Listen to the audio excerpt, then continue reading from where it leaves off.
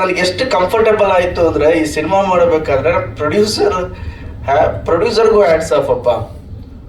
ಅವರು song shoot ಮಾಡಬೇಕಾದ್ರೆ ಸಿಕ್ಕಿದ್ರು, ಬಂದರು, ಎಲ್ಲ ನೋಡಿದ್ರು, ಹೀಗೆಲ್ಲ ನೋಡಿದ್ರು. ನಾವು 600-700 ಜನ ಇದ್ದೀವಿ ಸರ್, ಡ್ಯಾನ್ಸರ್ಸು ಅವರು ಇವರೆಲ್ಲ ಸೇರಿ ಕಾನ್ಪುರ ರೋಡ್ ಹತ್ರ ಒಂದು ರೆಸಾರ್ಟಲ್ಲಿ ಶೂಟ್ ಮಾಡ್ತಿದ್ದೀವಿ. ಒಂದು 600-700 ಜನ ಇದ್ದೀವಿ. ಬಂದರು, ಇವರಿಬ್ರೇನೋ ಮಾತಾಡ್ತಿದ್ದಾರೆ. ಬಂದು ಕೇಳಿದ್ರು, ಏನು ನಡೀತಾ ಇದೆ? ಅಲ್ಲ, ನಾನು ಹೇಳ್ತಾ ಇದ್ದೀನಿ ಸ್ವಲ್ಪ ಕಮ್ಮಿ ಆದರೆ ಜಾಸ್ತಿ ಹಾಕ್ಕೊಳ್ಳಿ ಅಂತ. ನನ್ನ ಕರಿಯರಲ್ಲಿ ಗಾಳಿಪಟ 2 ಒಂದು ದೊಡ್ಡ ಬಜೆಟ್ನ ಸಿನಿಮಾ ಆಗಿತ್ತು. ಕೃಷ್ಣನ್ ಪ್ರಣಯ ಸಖಿ ಗಣೇಶನ ಕರಿಯರ್ನಲ್ಲಿ ದೊಡ್ಡ ಬಜೆಟ್ ಸಿನಿಮಾ.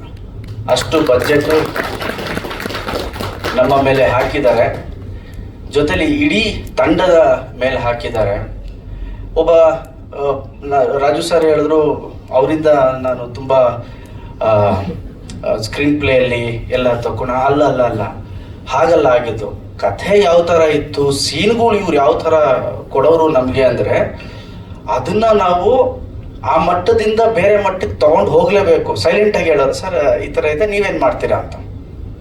ಸೊ ನಾನು ರಂಗಭೂಮಿಯಿಂದ ಬಂದವನು, ರಂಗಾಯಣ ರಘು ಅವರು ರಂಗಭೂಮಿ, ಸಾಧು ಸರ್ ಆಲ್ಮೋಸ್ಟ್ ನಮ್ಮ ಅಪ್ಪನ ಕಾಲದಿಂದನೂ ಇದ್ದಾರೆ, ಗಿರಿ ಆ್ಯಂಡ್ ನಮ್ಮ ಶ್ರೀನಿವಾಸ ಮೂರ್ತಿ ಸರು, ಇವ್ರ ಜೊತೆ ಎಲ್ಲ ಸೀನ್ ಮಾಡಬೇಕಾದ್ರೆ ಕೂತ್ಕೊಂಡು ಡಿಸ್ಕಸ್ ಮೂರ್ತಿ ಅಣ್ಣ ಏನು ಮಾಡೋಣ ಇದನ್ನು ಅಂತ ಕೇಳ್ತಿದ್ದೆ ನಾನು ಶ್ರೀನಿವಾಸ್ ಸರ್ಗೆ.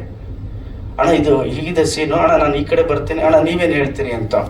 ಅವರಿಂದನೂ ನಾನು ಒಂದಷ್ಟು ಸೀನ್ಗಳಲ್ಲಿ ನಾವೇನೋ ಚೆನ್ನಾಗಿ ಮಾಡಿದ್ದೀವಿ ಅಂದರೆ ಕ್ರೆಡಿಟ್ ಹೋಗೋದು ನಮ್ಮ ಶ್ರೀನಿವಾಸ ಮೂರ್ತಿ ಸರ್ಗೆ, ರಂಗಾಯಣ ರಘು ಅವ್ರಿಗೆ, ಸಾಧು ಅವ್ರಿಗೆ, ಗಿರಿ ಅವ್ರಿಗೆ, ಇವ್ರಿಗೆಲ್ಲ ಕ್ರೆಡಿಟ್ ಹೋಗಬೇಕು. ಇಡೀ ಸಿನಿಮಾ ನನ್ನ ಮತ್ತು ಡೈರೆಕ್ಟರ್ದಲ್ಲ. ಬಿಕಾಸ್ ಯಾವುದೇ ಒಂದು ಸೀನ್ ಆಗಿರ್ಬೋದು,